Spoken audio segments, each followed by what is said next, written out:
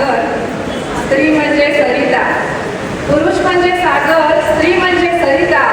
Doctor श्रेणी पाटलांचं नाव घेते. आज मी इथं उभी आहे. आम्ही सिद्धलेखिका साहित्य संमेलनाच्या उद्घाटनाकरिता. नमस्कार, मी doctor Jayashree Shreni Patil, x ray sonography CT scan MRI तज्ञ, वेट diagnostic and research centre Sangli, राज्यपाल नियुक्त बाल न्यायमंडळ सदस्य न्यायाधीश. व्यासपीठावरील सर्वच मान्यवर, आदरणीय पद्माताई, उषाताई, छायाताई, सोनालीताई, सर्व मान्यवर, माझ्या मैत्रिणी ज्यांनी सूत्रसंचालन करत आहेत, मनीषा पाटील आणि डॉक्टर स्वाती पाटील, विशेष मान्यवर भूमीताई, निर्मलामाई आणि अनंताताई, आणि सगळ्यात महत्त्वाच्या माझ्या जुन्या मैत्रिणी डॉक्टर भारती पाटील, डॉक्टर राजश्री पाटील, सुरेखाताई, शांताताई, सगळ्यांचीच नावं घेत बसत नाही, पण आमचा सांगलीचा सिद्धलेखिका ग्रुप जो आहे एका गजऱ्यासारखा आहे. दोरा बांधून ठेवतो, मनीषानं दान बांधून ठेवलेला आहे.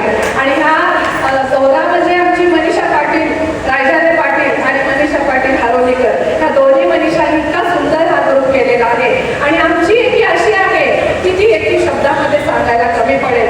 आणि महाराष्ट्रातून आलेल्या आम्ही सर्व सिद्धलेखिका म्हणजे तुम्ही ताई, ज्येष्ठ, श्रेष्ठ, माता, भगिनी आणि माझ्या प्रिय मैत्रिणी. मी आतापर्यंत 4000 व्याख्यानं दिलेली प्रभावी वक्ता असल्यामुळे मला ह्या डायसची सवय नाहीये. आणि एका वक्त्याला मिनिटामध्ये बांधून बोलायचं म्हणजे खूप मोठी शिक्षा असते, पण आज्ञाधारक राहावं, कारण व्यासपीठावर सगळ्या प्राध्यापिका आहेत. आपल्या आदरणीय पद्माताईंनी जी वेळ दिली आहे ताई, मी आपली वेळ पाळूनच बोलत आहे. आणि आता मराठी भाषेविषयी बोलायचं होतं तर उषाताईंनी सगळं सांगितलंय, त्यामुळं ऐकत्या वेळी मी वेगळ्याच विषयावर बोलणार आहे. साहित्य संमेलन म्हणजे काय हो?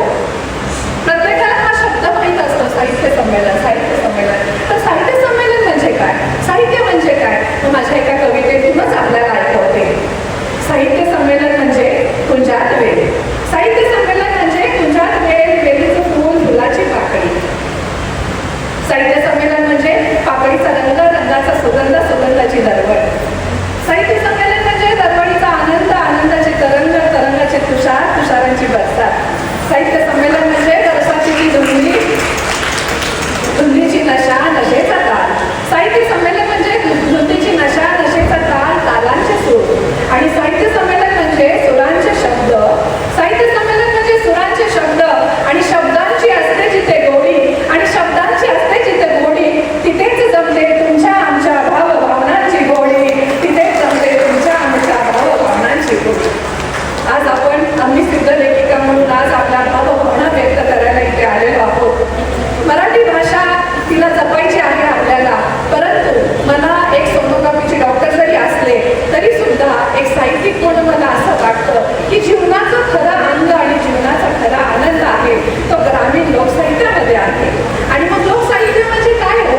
तर लोकसाहित्य म्हणजे लोकांनी लोकांच्यासाठी निर्माण केलेलं शब्द साहित्य, ज्याच्यामध्ये त्यांच्या वेदना आहे, श्रम आहे, दुःख आहे, कष्ट आहे आणि आनंदही आहे. पूर्वी कसं दळणवळणाची साधनं नव्हती, स्त्रिया उंबरठ्याच्या आत होत्या आणि मग त्यांचं मन कुठं व्यक्त व्हायचं, त्यांचं मन कुठं रिक्त व्हायचं, तर जात्यावरच्या घरगरीमध्ये त्यांचं मन रिक्त व्हायचं. आणि मग कल्पनाशक्तीचा विलास फक्त स्त्रीकडेच परमेश्वरानं दिलेला आहे. आणि तिच्या कल्पनेला उधाण यायचं. कधी एखादी बातमी आली तरच तिला ताळ आली तरच तिला ती बातमी वाटायची. एखादं पत्र आलं तर तिला तिच्या भावनांची देवाणघेवाण व्हायची. मग अशा वेळी साचलेला मनातला आनंद, संघर्ष, दुःख ती जात्यावर व्यक्त करताना ती काय म्हणायची? आपल्याला माहिती आहे, हळद दळायला 5 दिवस आपल्याला अगोदर मुहूर्तमेढ होतं. जात्यामध्ये पहिला घास घालताना माझी ओळखपणे पाळण्याची लेखिका आहे. पहिला घास घालताना आपली काय म्हणते बघा सई? हळद दळायला 5 गावाच्या 5 जणी, घास बिघाला याला शंभूदेवाची गिरज आली, घास बिघाला याला शंभूदेवाची गिरज आली. म्हणजे स्त्रीनं स्वतःचा गौरव किती केलेला आहे, तो आत्मगौरव. ती घास घालणारी ती दुसरी तिसरी कुणी नसून साक्षात पार्वती आहे. मग त्या एका आईला काय वाटतं बघा माझ्या ओळीतून? 5 दिवसाला लगी त्याला खंड हरकुंडाची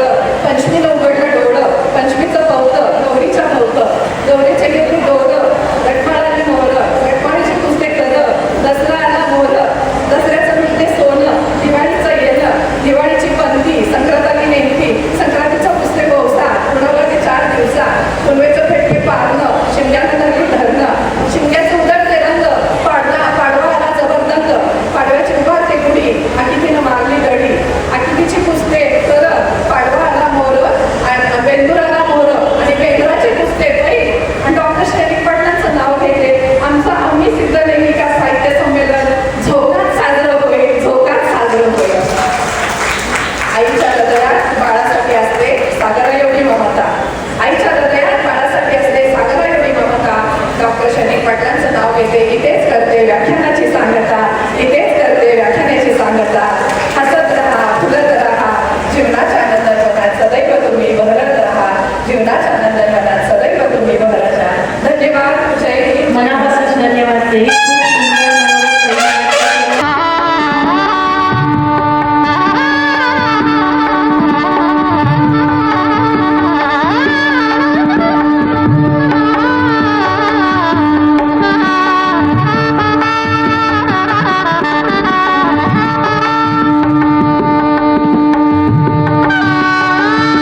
उद्घाटक आणि ज्येष्ठ कवयित्री आणि लेखिका जयश्रीताई पाटील यांनी त्यांच्या काव्यमय भाषणातून स्त्री मनाची उकल ओव्यांमधनं आणि डोहाळे गीत त्याच्यामधनं त्यांनी अतिशय सुंदर रीतीने मांडलेली आहे. सगळ्या स्त्री मनाचा उलगडा त्यांच्या त्या काव्यमय भाषणातून त्यांनी असे सुंदर शब्दात केलेलं आहे. जयश्रीताई, फार छान आहे तुमचं भाषण. खूप छान वाटलं.